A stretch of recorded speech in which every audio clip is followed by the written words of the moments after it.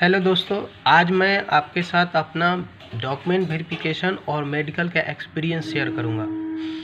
सबसे पहले इमरान खान के शब्दों में कहे तो आपने बिल्कुल घबराना नहीं है ना? घबराना नहीं है बिल्कुल भी। सबसे पहले आप जाइए डॉक्यूमेंट वेरिफिकेशन के लिए, तो आपके पास अगर पूरे डॉक्यूमेंट है तो आपको उसको देना है, और अगर नहीं भी है तो वो लोग भगाते नहीं हैं, है ना? वो लोग अगर कोई एक दो डॉक्यूमेंट अगर कुछ है ऐसा कुछ उसमें त्रुटि है तो या तो एप्लीकेशन वगैरह लिखवाएंगे या बोले कुछ टाइम देंगे कि इतने टाइम में आपको सबमिट करना है। ये नहीं है कि उसी दिन कैंडिडेट रद्द कर देंगे, ऐसा कुछ बात नहीं है, ठीक है? इसलिए घबराने की ज़रूरत नहीं है। अगर आपका कम्युनिटी सर्टिफिकेट या ओबीसी या ईडब्ल्यूएस या कोई भी एससी एसटी सर्टिफिकेट में कोई इशू है तो उसके लिए वो प्रॉपर टाइम देते हैं, आपको वो टाइम देंगे, आपको उसमें उसको सबमिट करना पड़ेगा। एक दिन तो आपको डॉक्यूमेंट वेरिफिकेशन में पूरा लग जाएगा। वो आपको लाइन से एक एक दो लिखते हैं लेकिन एक ही मांगते हैं, एक एक जीरक्स और एक ओरिजिनल साथ में अटैच करके आपको मांगेंगे, और आपने जो एप्लीकेशन में जो आपने डाटा दिया है उस डाटा से वो मैच करा कर चेक करते हैं। आपका नाम, आपके पिताजी का नाम, माताजी का नाम सभी चेक करने के बाद आपका जो एड्रेस वगैरह है सब मिलाते हैं। मिलाने के बाद आपने जो कम्युनिटी दिया है उसको चेक करते हैं, उसका सर्टिफिकेट मांगेंगे आपसे। अगर आपने ग्रुप डी में 12th अगर डाल दिया है तो 12th का भी हो सकता है कि वो सर्टिफिकेट आपसे मांगे। हर बोर्ड अलग अलग है, कोई बोर्ड मांग रहा है, कोई बोर्ड नहीं मांग रहा है। तो हो सकता है कि अगर मांग दे, इसलिए आपको ये है कि आपको लेकर जाना है। 12th अगर आपने डाला है या अगर आपने को मालूम नहीं है कि आपने नहीं डाला है या डाला है तो आपको लेकर ही जाना है, ठीक है? इससे होगा कि आपको समय की बचत होगी, आपको कोई टेंशन नहीं होगा, कोई घबराहट नहीं होगी। अगर मांगेंगे तो आप सीधा उनके सामने प्रेजेंट कर सकते हैं। ये तो हो गई डॉक्यूमेंट वेरिफिकेशन की बात। ये सभी करने के बाद आपको वो 3 बार वेरीफाई करते हैं, ठीक है, कि आप वही कैंडिडेट तो है ना। उसके डिक्लेरेशन फॉर्म फिलअप करवाते हैं, वहाँ पे एक डीवी का फॉर्म होता है वो भी फिलअप करना पड़ता है आपको, वो फॉर्म उधर सबमिट करना पड़ता है। वो ये भी चेक करते हैं कि आपने वो जो साइन किया था वहाँ पे एग्ज़ाम के समय और वो जो लिखा था आपने वो सभी लिख के आपको वहाँ सबमिट करना पड़ता है। ये सभी होने के बाद आपको थोड़ी देर वेट कराएंगे। वेट करने के बाद वो आपका मेडिकल का मेमो तैयार हो जाएगा। मेडिकल मेमो का तैयार हो जाएगा, वो आपको मेडिकल मेमो दे देंगे और बोलेंगे कि या तो उसी दिन, कभी कभी बोल देते हैं कि उसी दिन, लेकिन आप क्या कीजिएगा कि आप देख लीजिएगा उस पर क्या डेट लिखा हुआ है मेडिकल का, आप उसी दिन जाइएगा। क्योंकि क्या होता है कि अगर आपका मान लीजिए कि मेडिकल 21 तारीख को लिखा हुआ है और आपका डॉक्यूमेंट वेरिफिकेशन 20 तारीख को है, या 21 को ही डॉक्यूमेंट वेरिफिकेशन है और 22 को मेडिकल है, अगर आपका जल्दी हो गया तो वो लोग बोल देते हैं ठीक है आज ही चले जाओ, आज कुछ हो जाएगा। लेकिन ऐसा होता नहीं है। आप मेडिकल में जाओगे, वहाँ जो डॉक्टर्स या जो भी स्टाफ होते हैं, हॉस्पिटल स्टाफ, वो बोलेंगे आपको कल आने के लिए, तो आपको झूठ मूठ का लफड़ा हो जाएगा, फिर जाना, फिर उधर में आना, दौड़ना, ये बेकार है। आप जिस दिन उस पर लिखा हुआ है मेडिकल मेमो पे उसी दिन जाइए, सवेरे जाइए, खाली पेट जाना है। खाली पेट जाने से होगा कि आपको अगर पहला अगर ब्लड वगैरह चेक करेंगे तो आपको आसानी हो जाएगी, नहीं तो अगले दिन ब्लड के लिए फिर से बुला लेंगे, इसलिए लफड़ा हो जाएगा। तो खाली पेट जाना है। खाली पेट जाने के बाद सबसे पहले वो लोग ज़्यादातर ईसीजी कर रहे हैं। ईसीजी सबसे पहले करेंगे। तो मैंने पहले भी शॉर्ट वीडियो में बताया है, ईसीजी में आपको घबराना नहीं है। ईसीजी में क्या करना है कि कोई भी आपका जो फेवरेट सॉन्ग है या कुछ भी, अगर आप कोई मंत्र वगैरह जानते हैं, कोई भी जो हनुमान चालीसा वगैरह, चाहे ये होते हैं ना गायत्री मंत्र वगैरह, अगर आप जानते हैं तो वो लोग सब चीज़ आप मन में आपको पढ़ना है। आराम से मन में पढ़िएगा। आपका देखिएगा ईसीजी बिल्कुल नॉर्मल आएगा, एकदम बढ़िया आएगा, कोई दिक्कत नहीं होगी। सेम चीज़ करना है आपको। ब्लड प्रेशर जब चेक हो रहा है तो ऐसे ही मन में आप अति कर सकते हैं, गुनगुना सकते हैं मन में। नहीं तो सबसे पहले क्या कीजिएगा, पानी अच्छे से पी लीजिएगा। जब भी आपका ब्लड प्रेशर चेक होने जाए बढ़िया से पानी पी लीजिएगा। पानी पीने के बाद आप जाइए, बढ़िया से आपका ब्लड प्रेशर चेक हो जाए। ये सब नॉर्मल प्रोसीजर है।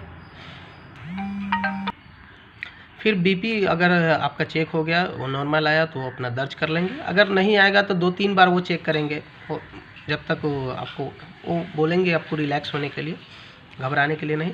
ये सब करने के बाद जब आपका बीपी चेक हो गया तो हो सकता है कि एक्सरे अगर वहाँ पे है तो एक्सरे वहाँ पे करने के लिए भेजेंगे, नहीं तो अगर दूसरे वहाँ नहीं है तो दूसरे हॉस्पिटल में हो सकता है कि भेज दें।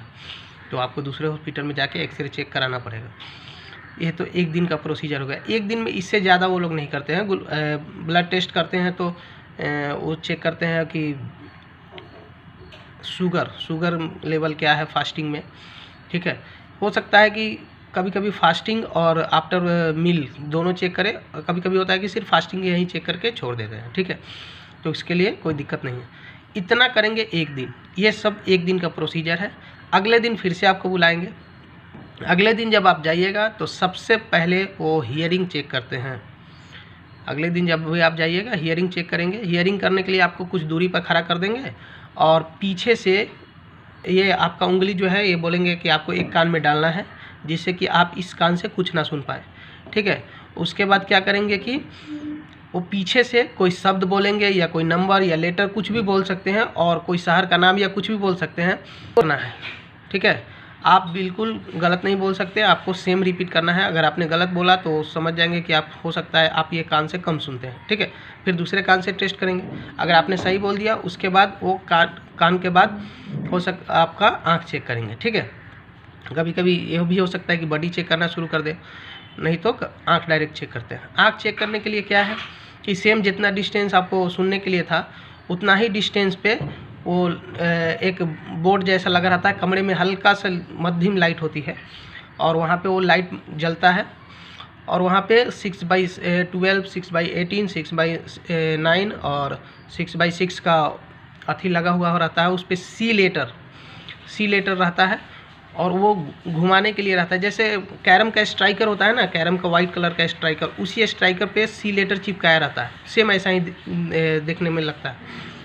और वो उसको घुमाते हैं, राउंड ऐसे घुमाते हैं, और आपको उंगली को ऐसे करके बताना है कि ये किधर, मतलब ऊपर नीचे किधर उसका सी ओपन है, ठीक है। उससे वो जांचते हैं कि C/12 है, C/9 है।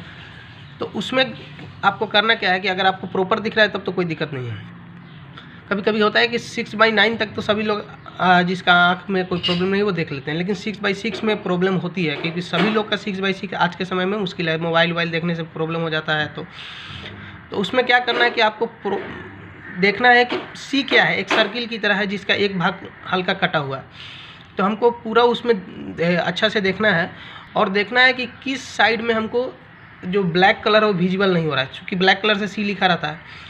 तो हम जब पूरा सर्किल के एज्यूम करेंगे ना, पूरा चेक करेंगे, तो हमको जिस साइड में कटा होगा उस साइड में ब्लैक विजिबल नहीं होगा, उस साइड में चमकेगा नहीं ब्लैक कलर, तो उसी साइड में हम बोल देंगे कि ये ओपन है, ठीक है। मैंने तो ऐसा ही किया था और मैंने सही बताया था। 6/6 में भी बिल्कुल एकदम ऐसे ही करके सही बता दिया था। पहले तो 1-2 बार गलत बता दिया, लेकिन जब उन्होंने बोला कि आप गलत बता रहे हो 6/6 में, तो फिर मैंने एज्यूम करना शुरू किया। उसके बाद मैंने सभी सही बता दिया था। अब सब लोगों का अलग अलग है, लेकिन मैंने ऐसे ही करके 6/6 पास कर लिया था।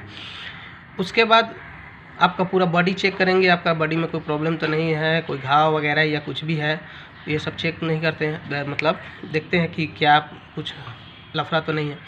उसके बाद चला कर देखते हैं, चलने के लिए बोलेंगे, पैर देखेंगे कि पैर में पावर है कि नहीं, हाथ में पावर है कि नहीं। वो आपको धक्का देंगे हाथ को इस तरफ, आपको उसको रिवर्स में आपको धक्का देना है। आपका पैर को आपके तरफ या उधर अपने तरफ खींचेंगे, आपको मतलब जिस तरफ वो खींचेंगे या दबाएंगे उसका रिवर्स आपको बोलेंगे करने के लिए। इससे चेक करते हैं पैर में पावर है कि नहीं है। उसके अलावा वो हाइड्रोसील और पाइल्स चेक करते हैं, आपको बोलेंगे खांसने के लिए, ठीक है। उसके बाद अगर किसी को ऑपरेशन वगैरह हुआ है तो पहले अगर नहीं देखे हैं तो कोई दिक्कत नहीं है, अगर देख लिए, अगर वो कोई मार्क्स वगैरह है, दाग वगैरह है हाइड्रोसील में, तो वो चेक करते हैं। तो बोलते हैं कि आपने कभी ऑपरेशन कराया है क्योंकि ये दाग है। तो वो सिर्फ उसमें छांटते नहीं है, सिर्फ लिखना पड़ता है कि आपने कब कराया था, अगर वो पता चल गया उनको तो, ठीक है। येस करके वहाँ लिखना पड़ता है कि हाँ मैंने कराया था। इन सब चीज़ होने के बाद आपको, अगर आपने सब बढ़िया से क्लियर कर लिया, सब फिट हो गए, यूरिन टेस्ट तो उसी दिन हो गया था, पहले दिन ही, तो ये सब अगर फिट हो गए, कोई दिक्कत नहीं है, तो फिर क्या करेंगे कि आपको बस कहेंगे वेट कीजिए। ऐसे डॉक्टर तो नहीं बोलते हैं कि आप फिट है या क्या है, वो अगर आप कुछ भी पूछिएगा तो कहेंगे हाँ ठीक है कोई प्रॉब्लम नहीं है, लेकिन जो वहाँ पे उनके साथ में कोई रहता है वो बता देंगे कि हाँ बिल्कुल आप फिट हो गए, चाहे कुछ भी हो गया। और आपको पता चल जाएगा। अगर आप अनफिट रहेंगे तो आपको किसी न किसी हॉस्पिटल में भेज देंगे या दोबारा चेक करने के लिए या अलग प्रोसीजर में डालेंगे। तो आप समझ जाइएगा कि हम थोड़ा किसी चीज़ में अनफिट हो गए हैं। वो बताएंगे कि आपके कान में या आँख में या ऐसे में किसी चीज़ में प्रॉब्लम है, तो वहाँ आपको दूसरा हॉस्पिटल में देंगे। तो आप समझ जाइएगा कि हम प्रॉब्लम में आ गए हैं, ठीक है। लेकिन हटाएंगे नहीं, वो मौका देते हैं, प्रॉपर मौका देते हैं, ठीक है। वो सब होने के बाद फिर आपको एक साइन करना पड़ेगा डायरी में, जहाँ वहाँ पे लिखा रहेगा कि आप फिट हैं, A to N below medical, आपके नाम के आगे लिखा रहेगा। वहाँ पे आपको साइन करना है, आपका मोबाइल नंबर डालना है। उसके बाद जैसे ही वो आप साइन किए, आपको बोल देंगे कि ठीक है, अब आपका हो गया मेडिकल, अब आप घर जाइए, हम लोग अब आगे का प्रोसीजर का इंतज़ार कीजिए। बस इतना ही प्रोसेस है, इसलिए घबराने का बिल्कुल भी ज़रूरत नहीं है। वो लोग सिर्फ इसीलिए आए हैं कि आपको उनको सिलेक्ट करना है, ठीक है। आपको हटाना नहीं है, वो हटाने के लिए वहाँ बैठे हुए नहीं हैं, वो सिर्फ आपको सिलेक्ट करने के लिए बैठे हैं। और वो यही चाहते हैं कि आप ही को सिलेक्ट करें। नहीं तो अगर आपको हटाएंगे तो किसी दूसरों को बुला के फिर से वही प्रोसीजर करना पड़ेगा, तो उनको भी तो मेहनत होगी ना। तो इसलिए घबराने का ज़रूरत नहीं है। और जो भी बचे हुए दोस्त हैं जिनका भी मेडिकल या डॉक्यूमेंट वेरिफिकेशन बचा हुआ है, वो बिल्कुल बिंदास होकर जाइए। अगर और भी कोई क्वेश्चन होगा तो कमेंट में डालिएगा, मैं बता दूंगा। सब प्रोसीजर मेरा अपना एक्सपीरियंस है, और कोई भी दिक्कत हो तो आप हमको कमेंट कर दीजिएगा, ठीक है। थोड़ा चैनल का सब्सक्राइब कर दीजिएगा। Thank you.